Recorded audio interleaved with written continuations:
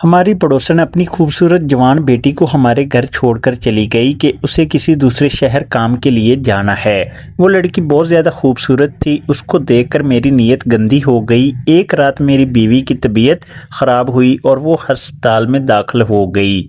मौका पाकर मैं घर आ गया और उसको अपने कमरे में ले आया। ये देखकर मेरे पैरों तले से ज़मीन निकल गई कि उस लड़की ने मेरे सामने हमारी पड़ोसन हमारे घर के पिछली गली में रहती थी और इसका मेरी बीवी के साथ अच्छे ताल्लुकात थे। एक दिन उसे किसी काम की वजह से दूसरे शहर जाना पड़ा तो वो अपनी बेटी को हमारे घर छोड़ गई। उसकी बेटी बहुत ही खूबसूरत थी। उसकी दो दयार रंगत नहायत ही पुरकशिश थी। मैं इसकी खूबसूरती देखकर दंग रह गया था। किसी गरीब को खूबसूरती मिल जाना भी खुशकिस्मती है। मैं इसके हुस्न को देखकर पूरी तरह पागल हो गया था। फिर मैंने एक रात अपनी बीवी को जूस वाले गिलास में नींद की गोलियां मिला दी और फिर उसके जूस का गिलास पिला दिया। जैसे ही वो गहरी नींद में चली गई, मैं उठकर इस लड़की के कमरे में आ गया और फिर इसके बाद जो मैंने इस लड़की के साथ किया।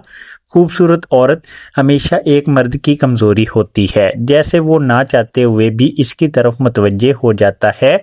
और फिर खूबसूरत लड़कियों की तो बात ही कुछ अलग होती है। बहुत से ज़्यादा खूबसूरत और पुरकशिश होती हैं तो खुद ब खुद मर्द भी इसकी जानब बढ़ने लगता है। मेरे साथ भी कुछ ऐसा ही हुआ था। हमारी पड़ोसन नजमा को अचानक किसी दूसरे शहर जाना पड़ा। उसकी बेटी के इम्तिहान करीब थे, इसलिए वो जाते हुए अपनी बेटी को हमारे घर मेरी बीवी के पास छोड़कर चली गई। इसकी 16 साला बेटी जिसका नाम कंवल था, इसे देखकर मेरे अंदर एक हलचल सी मच गई थी। मैं जब भी घर आता वो मेरे आगे पीछे होती, मुझे कभी पानी देती और कभी मेरे पास बैठ के बातें करती। इसकी इस अदा ने मुझे परेशान कर दिया था। बस फिर इसकी इस अदा ने मुझे इसका दीवाना ही बना दिया और यहाँ तक मैं इसे हासिल करने के मंसूबे बनाने लग गया। इसे यहाँ आए हुए अभी एक दिन ही हुआ था कि वो हम सब में बहुत अच्छी तरह घुल मिल चुकी थी। वो मुझे अंकल अंकल कहती, जैसे वो हमारे घर पता नहीं कब से रह रही हो। मैंने भी इसे बहुत ही प्यार से अपने घर में रख लिया था। इसकी खूबसूरती ने मुझे पागल ही कर दिया था। इतनी खूबसूरत लड़की मैंने आज तक ना देखी थी। खूबसूरत होने के साथ साथ वो एक हुनरमंद और सुगर लड़की भी थी। इसने तो आते ही मेरे पूरे घर को संभाल लिया था। मेरे घर में मेरी और मेरी बीवी के अलावा कोई नहीं रहता था। इसके आने पर मेरी बीवी बहुत ज़्यादा खुश थी क्योंकि उसे भी किसी का साथ मिल गया था और वो दोनों मिलकर घर का काम आसानी से कर लेती थी और मेरी पूरी नज़र कंवल की खूबसूरती पर थी। एक दिन मैंने कंवल को चाय लाने का कहा तो वो फ़ौरन से उठ के चाय बनाने के लिए किचन में चली गई। इस वक्त मेरी बीवी ने छत पर वॉशिंग मशीन लगाई हुई थी और मैंने इस मौके का फ़ायदा उठाकर मैंने इसको अपने पास बिठा लिया और फिर इसकी खूबसूरती को ऐसे तकने लगा, मुझे पता ही न चला। मैं ऐसे ही इसकी दीवानगी में खो गया। वो चौंक कर मुझे ऐसे देखने लगी, पर मैंने ऐसे इजहार किया जैसे कोई बात ही ना हो। मैं इसे इसकी पढ़ाई के मुतल्लिक सवाल करने लगा। वो परेशान सी थी और परेशान होकर मुझे जवाब देने लगी। शायद मुझसे झिझक रही थी। मैं इसके इस झिझक को मिटाना ही तो चाहता था ताकि मैं आगे की मंजिल को तय कर सकूं। मैं जानता था कि अगर मैंने एक बार भी कंवल की खूबसूरती की तारीफ कर दी तो वो यकीनन बार बार ये तारीफ सुनने के लिए ख्वाहिशमंद रहेगी। इसलिए मैं बातों ही बातों में कंवल की तारीफ कर रहा था और मैं हद से ज़्यादा इसकी तारीफ करने लगा। और फिर मैंने इससे कहा कि कंवल, तुम्हारे होंठ कितने खूबसूरत लग रहे हैं और आंखें तो जैसे हिरन जैसी हों। वो इतनी तारीफ सुनकर शर्माने लग गई थी और इसकी शर्माहट ने मेरे अंदर के हौसले को मज़ीद बढ़ा दिया था। मैं जान गया था कि इसे अपनी तारीफ सुनकर बहुत खुशी महसूस हो रही है। मैंने आहिस्ता आहिस्ता इसके चेहरे की तारीफ की। मैंने इसे कहा कि आज शाम को मैं इसे अपने साथ आइसक्रीम खिलाने ले जाऊंगा। ये सुनकर तो वो खुशी से खिल उठी थी। मैंने इसका हाथ पकड़ लिया। वो आइसक्रीम के नाम पर ऐसे खुश हुई कि इसने कोई मजम्मत भी नहीं की। मैं जानता था कि हमारी पड़ोसन नजमा बहुत गरीब और बेवा है और ये लोग ज़िंदगी की छोटी छोटी चीज़ों के लिए बहुत ही तरसे हुए होते हैं और मैं बस इसी बात का तो फ़ायदा उठाना चाहता था। थोड़ी देर बाद वो उठकर चली गई और मैंने एक गहरी सांस भरी। आगे के लिए मैंने अपना मंसूबा तैयार कर रहा था। कमल रेड कलर का सूट पहने मेरी बीवी का हाथ बटा रही थी और इसमें वो और भी ज़्यादा खूबसूरत लग रही थी। वो मेरी बीवी से कहीं ज़्यादा हसीन लग रही थी और मैं चुपके चुपके इसे देख रहा था और वो भी कभी मेरी तरफ देखकर मुस्कुराहट उछाल देती थी। मेरी बीवी खाना पकाने में मसरूफ थी और मैं कमल को देखने में। एक दिन अचानक ही मेरी बीवी की तबीयत खराब हो गई और मैं इसे अस्पताल ले गया, लेकिन वहां जाकर मुझे पता चला कि इसे कुछ ऐसी बीमारी है तो इसको फौरी तौर पर मैं घर ले जा नहीं सकता और इसको वहां एडमिट करवाना पड़ा। लेकिन मैं दिल ही दिल में खुश भी था क्योंकि मुझे कुछ और वक्त कमल के साथ गुजारने को मिल जाता। लेकिन डॉक्टर ने मुझे अस्पताल से घर आने ना दिया और मेरे सारे अरमानों पर पानी फेर दिया। अगली सुबह जब मैं नाश्ता करने के लिए घर पहुंचा तो उसने बड़ी गर्मजोशी से मेरा इस्तकबाल किया। वो जल्दी से किचन में जाकर नाश्ता बनाने में मसरूफ़ हो गई और वो मेरे सामने दुपट्टे के बगैर बिला झिझक घूम रही थी। उसके कपड़े जिस्म पर इस कदर फिट थे कि सब कुछ वाज़ेह नज़र आ रहा था। वो बार बार मेरे करीब आती और मैं अपने होश खोने लगता जैसे मैं इसके हसार में आ चुका। अचानक ही वो मुझसे एक अदा से पूछने लगी कि क्या मैं खाला की अलमारी खोल कर देख सकती हूँ। मैंने कमल से कहा कि भला इसमें पूछने वाली क्या बात है, वो तुम्हारी खाला है, तुम उनकी अलमारी को खोल सकती हो, ये अलमारी भी तो तुम्हारी ही खाला की है, इसमें पूछने वाली भला क्या बात है। फिर वो एक अदा से कहने लगी, फिर मुझे अलमारी की चाबी दे। मैंने फ़ौरन अपनी जेब से चाबी निकालकर इसे दे दी और वो अलमारी खोलकर अपनी खाला की एक एक चीज़ को देखने लगी और फिर इसने अपनी खाला के सारे सूट निकालकर मुझे दिखाए और पूछने लगी कि आपको इनमें से सबसे ज़्यादा कौन सा पसंद है। मैंने नीले रंग के सूट पर हाथ रखा और कहा कि तुम्हारी खाला पर बहुत ज़्यादा जचता है। वो सुनते ही वो सूट उठाकर कमरे से निकल गई और जब वापस आई तो मैं उसे हैरत से देखता ही रह गया। इस सूट में तो वो अपनी खाला से कहीं ज़्यादा हसीन और खूबसूरत लग रही थी। अचानक ही वो मेरे सामने आकर मुस्कुराते हुए पूछने लगी कि ये सूट खाला पर ज़्यादा अच्छा लगता है या मुझ पर। मैं सोच भी नहीं सकता था कि 16 साल की उम्र में कोई लड़की इतनी भी हसीन और खूबसूरत हो सकती है। वो खूबसूरती की हर हद पार करती जा रही थी। जैसे मैं इसकी तरफ बढ़ा, फ़ोन की रिंगटोन बजी और मैंने फ़ोन उठाया तो डॉक्टर ने फौरी अस्पताल आने के लिए कह दिया। मैं तो अस्पताल पहुंच गया। वहां पहुंचकर पता चला कि मेरी बीवी की तबीयत पहले से ज़्यादा ख़राब हो गई है। ये सुनते ही मेरी तो हालत भी ख़राब हुई और डॉक्टर इसे ठीक करने की पूरी कोशिश कर रहे थे।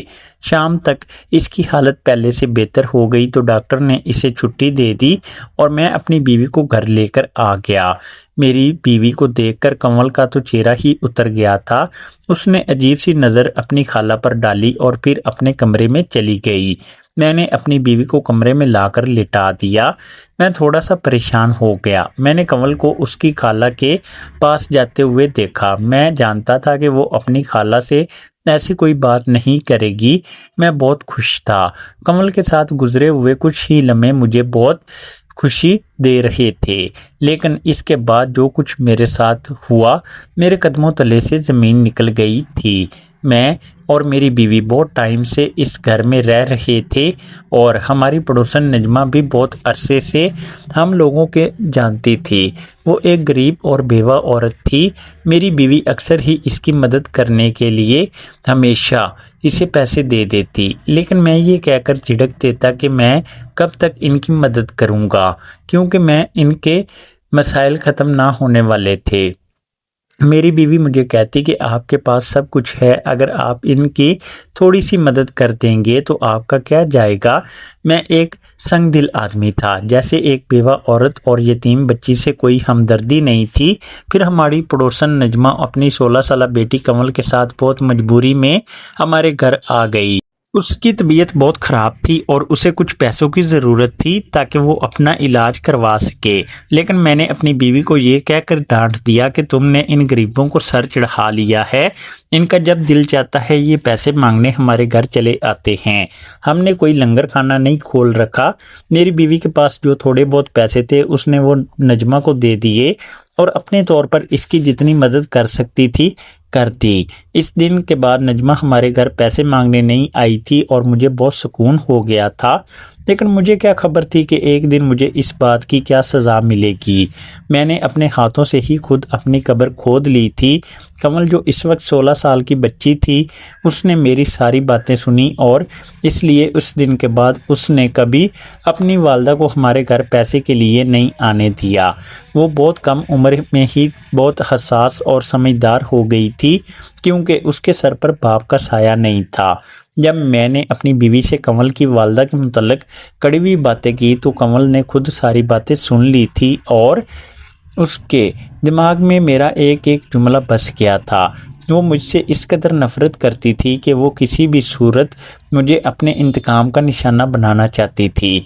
जब कमल की वालदा को अपने किसी अजीज़ के इंतकाल में दूसरे शहर जाना पड़ा तो वो जाते जाते मजबूरन कमल को हमारे पास छोड़ गई।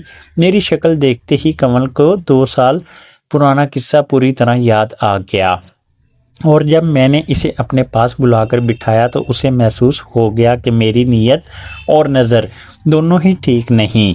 लेकिन कमल मुझे रोकने की बजाय मुझे अपनी तरफ मतवज्जे कर रही थी ताकि मैं अपनी हर हद से गुजर जाऊं।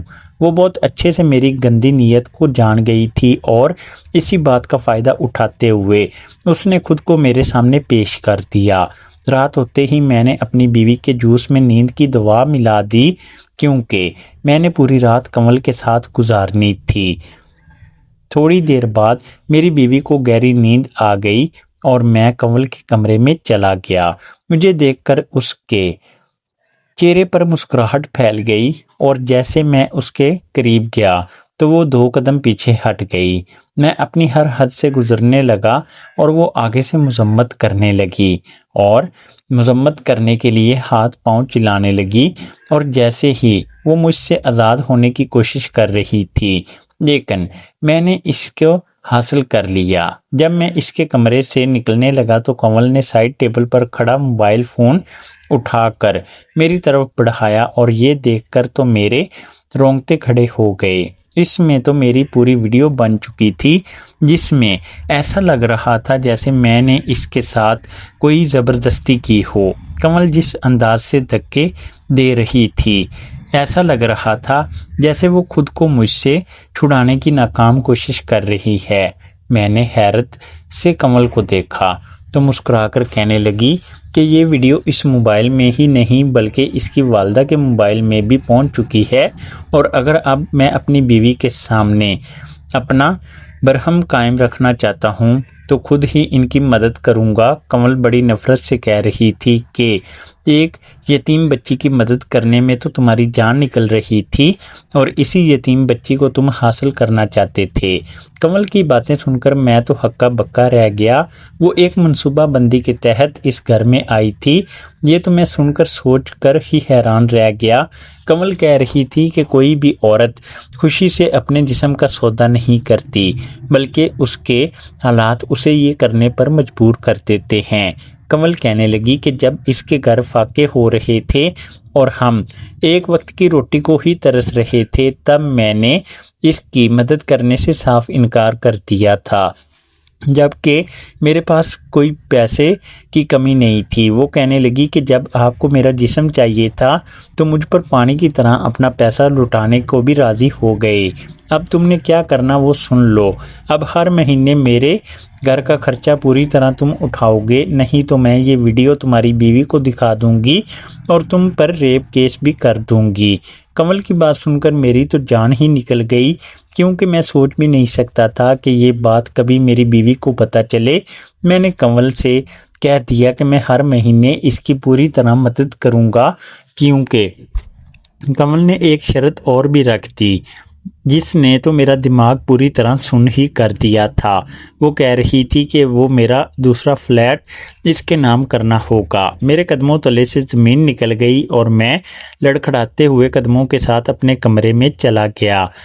अगली सुबह कंवल की वालदा आकर इसको अपने साथ ले गई, लेकिन कंवल जाते जाते मुझे जतला कर गई कि अब से मुझे इनका सारा खर्चा उठाना होगा और अगर एक हफ्ते के अंदर अंदर मैंने इसके नाम फ्लैट ना किया तो मेरा राज फाश कर देगी। मैं कंवल की बात मानने पर पूरी तरह मजबूर हो चुका था।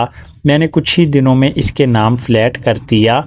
जिस लड़की को मैं बहुत सीधा साधा और मासूम शरीफ लड़की समझता था और यतीम बच्ची समझता था और समझकर अपने जज्बात की तस्कीन चाहता था, वो तो बहुत चालाक निकली।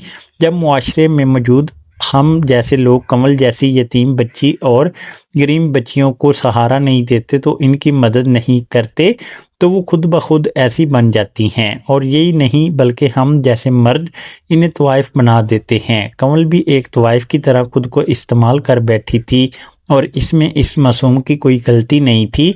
वो कौन से मजबूर होकर इस जगह पर पहुंची थी कि इसने खुद को इस्तेमाल करने से भी गुरेज नहीं किया।